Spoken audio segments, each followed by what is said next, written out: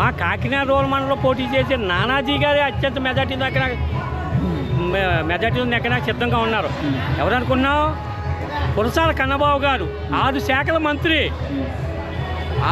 2 సంవత్సరాల పాటు 6 శాఖల మంత్రి చేశారు. అలాగే జిల్లా అధ్యక్షుడు, ఇప్పుడు మళ్ళీ 3వసారి పోటీ సిద్ధంగా ఉన్నాడు. అటువంటి మనిషిని ఓడగొట్టడానికి మా నానాజీ గారు 50,000 మెజార్టీతో. కన్నబాబు వాళ్ళు ఏమన్నారంటే ఓవర్లో నేను ఎలాగో గెలుస్తాను, పిఠాపురంపై పవన్ కళ్యాణ్ ఓడిస్తానని చెప్పి అక్కడ దిగుతున్నాడు. ఎవరో కన్నబాబు ఎవరెవరిని దింపాడు?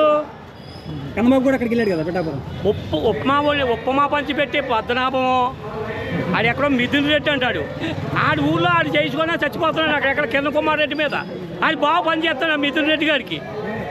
మళ్ళీ యాద అది ఎవడో తాడిచేటి రాజా గారు మళ్ళీ ఒక అతను తీసుకున్నాడు.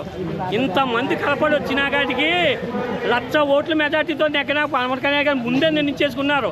బడుగు బలహీన వర్గాలే కాదు, ప్రతి ఒక్కరూ కూడా పవన్ కళ్యాణ్ గారికి ఓటు వేయాలని సిద్ధపడిపోయారు. ఆయన వస్తానన్నాడే సిద్ధమైపోయాడు. ఇలాంటి వాళ్ళు ఎవరో పనిచేయరు. ఇలా మీరు చెప్పినట్లు ముద్దగడ్డ పద్మనాభం కావచ్చు, దాడిచేటి రాజా కావచ్చు, కన్నబాబు కావచ్చు, వీళ్ళందరూ అక్కడ పనిచేస్తూ ఉన్నారు. వాళ్ళ వెనక అధికార బలం ఉంది, ధన బలం ఉంది. ఇలాంటి పరిస్థితుల్లో పవన్ కళ్యాణ్ గట్టే ధనం అనేది ఇప్పుడు పనిచేయదు. ధనం ఎప్పుడు అనుకున్నావు? అది గత 2004, 2009, 2019 ఇది. ఇప్పుడు ధనబలం కాదు, ప్రజాబలం. ఇప్పుడు ప్రజలు ఎలా ఉన్నారనుకున్నా ఏకతాటిగా వచ్చేవాళ్ళు డబ్బులు ఇచ్చే కదా కాదు మేము తీసుకొచ్చింది. నిన్న నా కన్నబాబు ఓటు 300 ఇచ్చి, మనిషి 300 ఇచ్చి నా మీద తీసుకొచ్చుకున్నారు. అంతగా 3,000 జనం రాలేదు. మా నానాజీ గారు వేస్తే ఎంతమంది 30,000 జనాభా వచ్చారు. దానికి కన్నబాబు గారు చెప్పిన దానికి దీనికి సంబంధం లేదు. ఇలా పవన్ కళ్యాణ్ గారు పిఠాపురం వచ్చిన తర్వాత ఈ 7 నియోజకవర్గాలు అనుకున్నాం. 7, 14 అయిపోతున్నారు. 2 జిల్లాల్లో రెడీగా ఉన్నారు. అవునాకే రాత్రి దాదాపు ₹1 కోటి విలువైన మద్యం బాటిల్లు పిఠాపురంలో దొరికినాయి. ఇవి కాకుండా ఇంకా దాదాపు ₹5 కోట్ల మందు ఇక్కడ ఉందని చెప్తున్నారు టీడీపీ. కొత్తపల్లి మండలంలో బచ్చాక ₹2 కోట్ల మందు ఉంది. మాకు తెలుసు. ఉప్పాడ, కొత్తపల్లి అన్ని ఏరియాల్లో దిగేస్తున్నాయి. ఎక్కడికక్కడ జనాన్ని ఈ స్థాయిలో ప్రలోభ పెడుతున్నారు కదా, ఆ ప్రభావం పవన్ కళ్యాణ్ మీద ఏముండదు? ఏముండదు అసలు. ఏమి ఉండవు. ప్రభావం కాదు, నువ్వు డబ్బులు కట్టాయి. మాకున్న సమాచారం ప్రకారం మంచి 3,000 కట్టలు కట్టేసేసి వాలంటీర్ చేసి ఇచ్చేస్తున్నారు. ఆ 3,000 కాదు 30,000 ఇచ్చినాక తీసుకొని నా ఓటు ఎక్కడ ఎత్తాను. 175 మేము గెలుస్తాం. 15కి ఎవరైతే అన్నారు 15 నెక్కితే చాలు. ఇప్పుడు 15 నెక్కితే చాలు. ఓటమికి 130 వచ్చేస్తాయి. ఇప్పుడు 135. పవన్ కళ్యాణ్ వెనక ఇలాంటి చిన్న కుర్రోళ్ళు తప్ప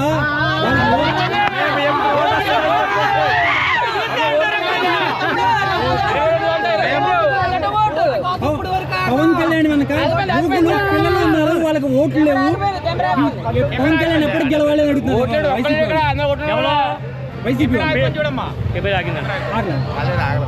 కుర్రోళ్ళ గత ఎన్నికల్లోని మా గ్రామంలో సర్పవరం గ్రామంలోని 11,000 ఓట్లు, ఇవాళ 14,000 ఓట్లు. అంటే 5 సంవత్సరాల్లో 3,200 ఓట్లు పెరిగాయి. ఇవన్నీ యూతే. ఇదంతా మాదే, ఇది ఎవరు కాదు. యూత్ అంతా ప్రతి ఓటు కూడా పచ్చుకుంటా కలాసుకి అయ్యేలా సిద్ధపడిపో ఉన్నారు అందరూ కూడా. ఈ 35,000 ఓట్లు కూడా యూత్దే. యూత్తోనే వాళ్ళు ఏమి నమ్ముకున్నారంటే నేను ముసలోళ్ళకి ఇచ్చేస్తున్నాను, ఊరికి 1000 మంది ఉంటారు, లేకపోతే 1,500 ఉంటారు పింఛనీలు, లేకపోతే అమ్మఒడి నాన్నబడి అని కొన్ని ఇచ్చాడు. వాటిని నమ్ముకున్నారు. అయ్యే వస్తాయి. ఇలా వాళ్ళకి ఎవరు నిజంగా నమ్ముకుంటేనే. అన్న ఒక మాట ఇంటింటికి వాలంటీర్లు పంపించి అన్ని పథకాలు ఇంటికి అన్న ఒక మాట ఈ జగన్ గారు అన్నారు 15,000 ఇస్తాం మీ ఇంటికి ప్రతి బిడ్డకు వచ్చేసి అన్నారు. వచ్చిన సంవత్సరంగా వచ్చేసి 15,000 ఇచ్చారు, కరెక్టే, అది ఒప్పుకుంటాం. తర్వాత వచ్చేసి ఆడికి ఏమైపోయిందండి? 14,000, 13,000 ఏమైపోయింది? ఇప్పుడు వచ్చేసేమో జాబ్లు అన్నారు, అదన్నారు, ఇదన్నారు. ఇప్పుడు మేము ఎప్పుడైతే పవన్ కళ్యాణ్ గారు వచ్చారో మాకు ఈనాడు ఒకటి వచ్చింది కాబట్టి మా ఓటు ప్రతి ఒక్కటి కూడా పవన్ కళ్యాణ్ గారు